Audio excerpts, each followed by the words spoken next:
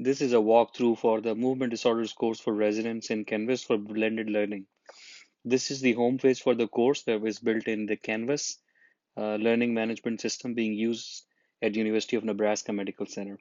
On the home page, there is a basic introduction to the course where the residents are with a picture that is optional.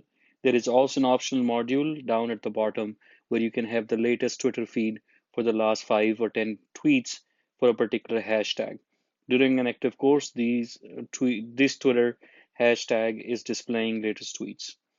The residents can directly click onto an introduction module, or they can go to the full list of modules shown on the column on the left. In addition to modules, they can jump directly to assignments, discussion, syllabus, quizzes, grades, and library. Going to modules, you can see a list of different modules as they load.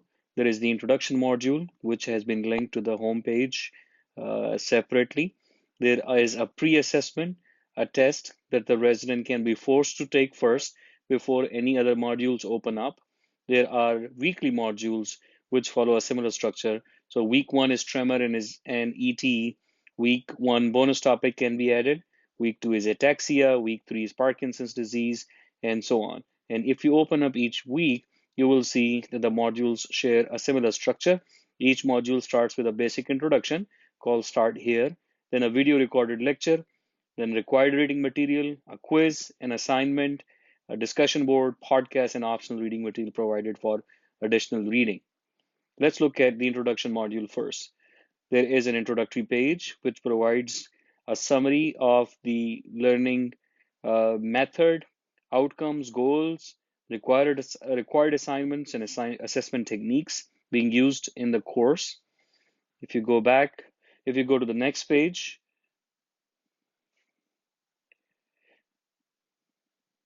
you will see responsibilities, goals, and objectives of the course that you can display for the resident. Each of this page can be built very easily. And then there is a 10-minute introduction course just to show them how a video lecture appears. These lectures are built in Office Mix, which is unfortunately going away. So the next option will be using an Office Stream to show lectures. But here's an example of what a lecture looks like.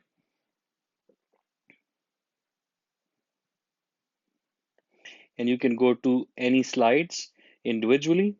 And let's jump to a slide 4. And this lecture is being displayed, and the resident can jump back and forth, can watch a video,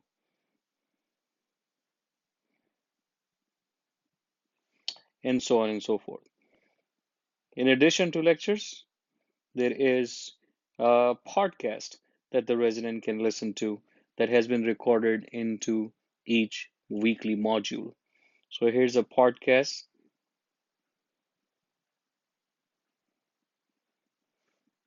that could be played, and the links will be provided. Going back to a regular weekly module, let's say the first week of tremors and essential tremor, they will get a summary of the course weekly modules on what is being required to teach, what is required for learning, and how they will be scored and assessed. In a brief introduction to that week, there is a required reading which is provided as PDF. These PDFs can be viewed. This is the recorded lecture, just similar to the 10-minute introduction lecture that I showed earlier. And then required reading, which can be provided as PDF or can be typed as text right into the screen. I have chosen to provide a PDF over here so they can download on their phone or iPad and can read it at any point or get it printed. So if they click, they will download the PDF and they will be able to watch. Now they are required to submit a summary of this required reading material to be scored, and you can see some of these things showing up below: download submission, re-upload submission, and speed grader. If we go back to module, we'll see there is also optional reading material provided similarly. There is an assignment where the residents are asked to build a concept map. So here's the summary. Post week one assignment, build a concept map for approach to a patient with shaking, and the residents are uploading their concept map, and I can give comments right there. The residents can give comment, and you can see that they can draw these concept map on paper with a pen, old traditional method, and just take a picture and upload. But many residents have also chosen to draw them in graphic or PowerPoint or in Microsoft Word and upload the Microsoft Word file. And as the residents start using these modules, their familiarity and comfort with using electronic or digital submission increases. This is a Microsoft Word submission instead of paper. There's another one, which is a concept map app being used by one of the resident, and again, pen and paper. The assignments changed every week. So this week was concept map, but other week, the assignment were different. There was assignments of memory matrix, assignment of making a video of patient, making a video of themselves acting out as a patient, also tested during various modules. Then there is a quiz available. In this quiz, there are multiple choice questions, there are video questions and picture questions. And if I show you the preview, the quiz can have multiple choice question as shown here, or it could have picture questions. If I jump to question number 6, I have a question with a video inside, and the resident can play the video, get a short summary of the case, and then they were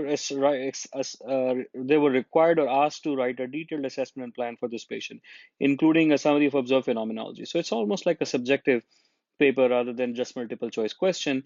It does take more involvement from the instructor to sit down at the end of the week, review all the submitted assignments from 10, 12, or 16 residents, and then grade them. And a single instructor, if it is grading all the assignment, then it could be quite comparable grading.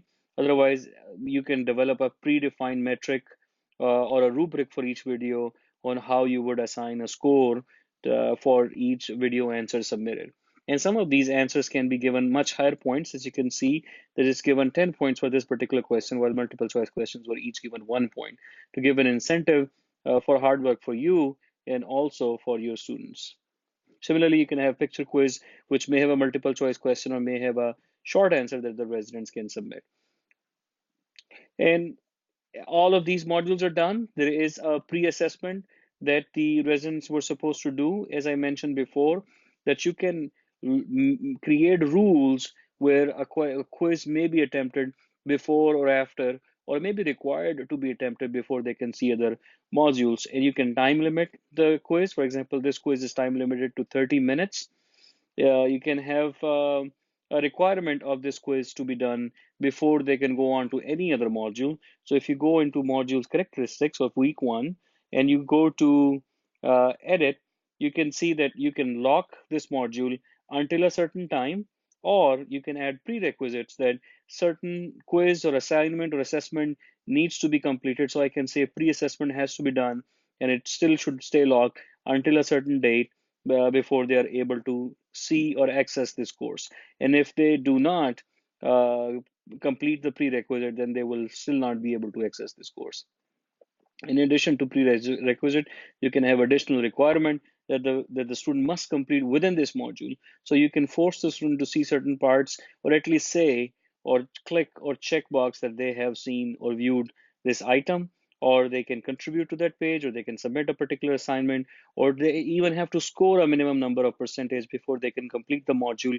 And you can lock the next module to say that prerequisite will be completing the previous module, and then the previous module will only be completed if a certain score is achieved. So there is a lot of flexibility on how you can guide and tailor-made the different modules and progress through the course by doing certain tasks or quiz or scoring certain tasks, reading something or participating, so on and so forth.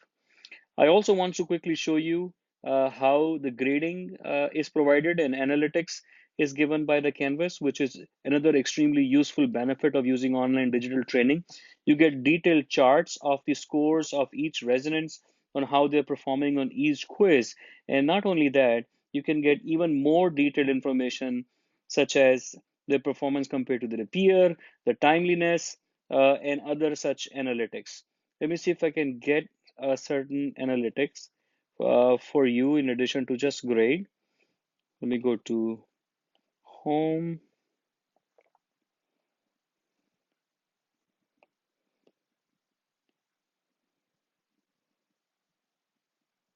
view course analytics. And here, this view is a little distorted because the course was started 2 years ago, and there you see a bunch of activity close to the beginning, which were the weeks when the course was actually conducted. And since then, there has been almost no activity except for some minor blips here and there.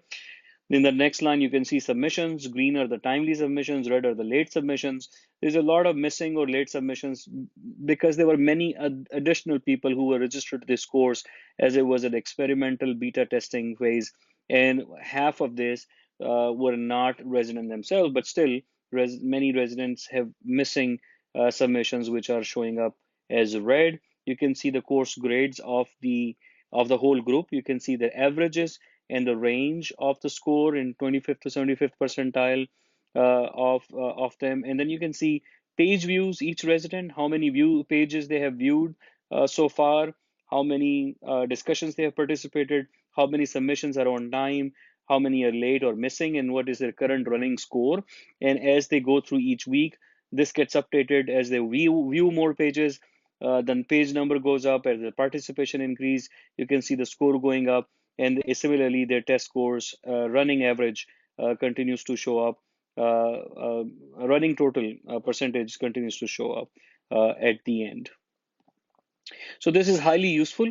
There are many other things that can be done with this course. You can add additional modules or additional applications to provide more flexibility, more information.